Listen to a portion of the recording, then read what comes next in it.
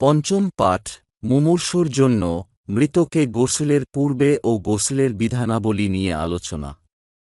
মুমূর্ষ বা মৃত্যু পথযাত্রী ব্যক্তির জন্য করণীয় বিষয়। মুমূর্ষ বা মৃত্যু পথযাত্রী ব্যক্তির জন্য বেশ কিছু করণীয় বিষয় রয়েছে। এই সম্পর্কে রাসূলুল্লাহ সাল্লাল্লাহু আলাইহি ওয়াসাল্লাম ইরশাদ করেন, যে ব্যক্তির সর্বশেষ বাক্য হবে লা ইলাহা ইল্লাল্লাহ, সে জান্নাতে প্রবেশ করবে। সুনানে আবু দাউদ। কোনো ব্যক্তির মৃত্যুর আলামত প্রকাশ পেলে তাকে তার ডান কাতের দিকে শোয়ানো ও তার চেহারাকে কিবলামুখী করে দেওয়া সুন্নাত। আবার তাকে তার পিঠের উপর এভাবে চিৎ করে শোয়ানো যায়, তার দুই পা কিবলাহের দিকে হবে ও তার মাথা সামান্য উঁচু করে রাখা হবে যাতে তার চেহারা কিবলাহের দিকে হয়। যে ব্যক্তির মৃত্যুর আলামত প্রকাশ পায় তাকে দুই শাহাদাত বাক্যের তাকলিন দেওয়া মুস্তাহাব।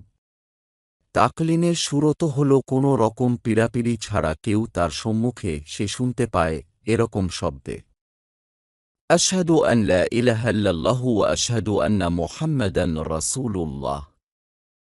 বাক্য দুইটি উচ্চারণ করা, কিন্তু তাকে তুমি শাহাদাত বাক্য দুইটি বলো এই কথা বলা যাবে না, যাতে সে উত্তরে না বলার সুযোগ না পায়।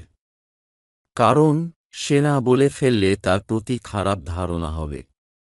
মুমূর্ষু ব্যক্তির কাছে তার পরিবারের লোকেরা, আত্মীয় স্বজন ও প্রতিবেশীদের মধ্যে যারা উত্তম তাদের যাওয়া মুস্তাহাব। মুমূর্ষু ব্যক্তির সামনে সূরা ইয়াসিন পড়া মুস্তাহাব। কারণ হাদিস শরীফে এসেছে, কোনো মুমূর্ষু ব্যক্তির সম্মুখে সূরা ইয়াসিন তিলাওয়াত করলে সে তৃপ্ত অবস্থায় মৃত্যুবরণ করে, তৃপ্ত অবস্থায় কবরে প্রবেশ করে ও তৃপ্ত অবস্থায় কিয়ামতের দিন তার হাসর হবে। মৃত ব্যক্তিকে গোসলের পূর্বে করণীয় কাজ। মুমূর্ষু ব্যক্তির মৃত্যুর পর মোটা কাপড় খণ্ড দ্বারা তার দুই চোয়ালকে তার মাথার উপর দিয়ে পেঁচিয়ে বেঁধে দেওয়া ও তার দুই চোখ বুজিয়ে দেয়া মুস্তাহাব। যে ব্যক্তি তার দুই চোখ বুজাবে তখন সে বলবে, বিসমিল্লাহি ওয়া আলা মিল্লাতি রাসূলিল্লাহি সাল্লাল্লাহু আলাইহি ওয়াসাল্লাম। اللهم يسر عليه أمره وسهل عليه ما بعده وأسعده بلقائك واجعل ما خرج إليه خيرا مما خرج منه। অনুবাদ, আল্লাহ তাআলার নামে শুরু করছি ও রাসূলুল্লাহ সাল্লাল্লাহু আলাইহি ওয়াসাল্লাম এর দিনের উপর তোমার দুই চোখ বুজিয়ে দিচ্ছি। হে আল্লাহ, তুমি তার বিষয়ে সহজ করে দাও, তার পরের অবস্থা আসান বা মুক্ত করে দাও, তাকে তোমার সাক্ষাৎ দ্বারা ধন্য করো ও সে যা ছেড়ে যাচ্ছে তার তুলনায় যার প্রতি যাচ্ছে তা তার জন্য উত্তম বানিয়ে দাও। মৃতের পেটের উপর ভারী কিছু রাখতে হবে, যাতে তার পেট ফুলে না যায়। তার দুই হাতকে দুই পাশে রাখতে হবে। তার হাতকে তার বুকের উপর রাখা জায়েজ নেই। তাকে গোসল দেওয়ার পূর্বে তার কাছে উঁচু শব্দে কুরআনুল কারীম পাঠ করা মাকরুহ। পাঠক মৃতের কাছে থেকে আল কুরআনুল কারীম পাঠ করলে তা মাকরুহ। তবে পাঠক তার থেকে দূরে আল কুরআনুল কারীম পাঠ করলে তা মাকরুহ নয়। তার মৃত্যু সম্পর্কে লোকদেরকে জানানো মুস্তাহাব। তার দাফনকাফনের কাজ দ্রুত সম্পাদন করা মুস্তাহাব। মৃত ব্যক্তিকে গোসল দেওয়ার বিধান।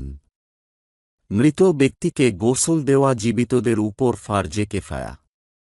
কোনো একজন লোক মৃত ব্যক্তিকে গোসল দিলে অন্যদের থেকে তা রহিত বা স্থগিত হয়ে যায়। কেউ মৃত ব্যক্তিকে গোসল না দিলে সবাই গুনাহগার হবে। নিম্নোক্ত শর্তসমূহ পাওয়া গেলে মৃত ব্যক্তিকে গোসল দেওয়া ফরজ। ১. মৃত ব্যক্তি মুসলিম হওয়া। কাফিরকে গোসল দেওয়া ওয়াজিব নয়। ২. মৃত ব্যক্তির অধিকাংশ দেহ বা মাথাসহ অর্ধেক দেহে বিদ্যমান হওয়া। ৩. মৃত ব্যক্তি শহীদ না হওয়া। কারণ শহীদকে গোসল দেওয়া হয় না, বরং তার পরিহিত কাপড় ও শরীরের রক্তসহ তাকে দাফন করা হয়। ৪. মৃত ব্যক্তি পূর্ণাকৃতি হওয়া। মায়ের গর্ভ হতে আকৃতি পূর্ণতা পাওয়ার আগেই পড়ে গেছে এমন না হওয়া। যদি নবজাতক মায়ের উদর থেকে জীবিত বের হয় ও তার আওয়াজ শোনা যায় বা তার নড়াচড়া দেখা যায়, তবে তাকে গোসল দেওয়া ওয়াজিব। তা মায়ের গর্ভে থাকার মেয়াদ পূর্ণ হওয়ার আগে জন্ম হোক বা পরে জন্ম হোক। নবজাতক মায়ের উদর থেকে মৃত বের হলে ও পূর্ণ আকৃতির হলে তাকে গোসল দেওয়া ওয়াজিব।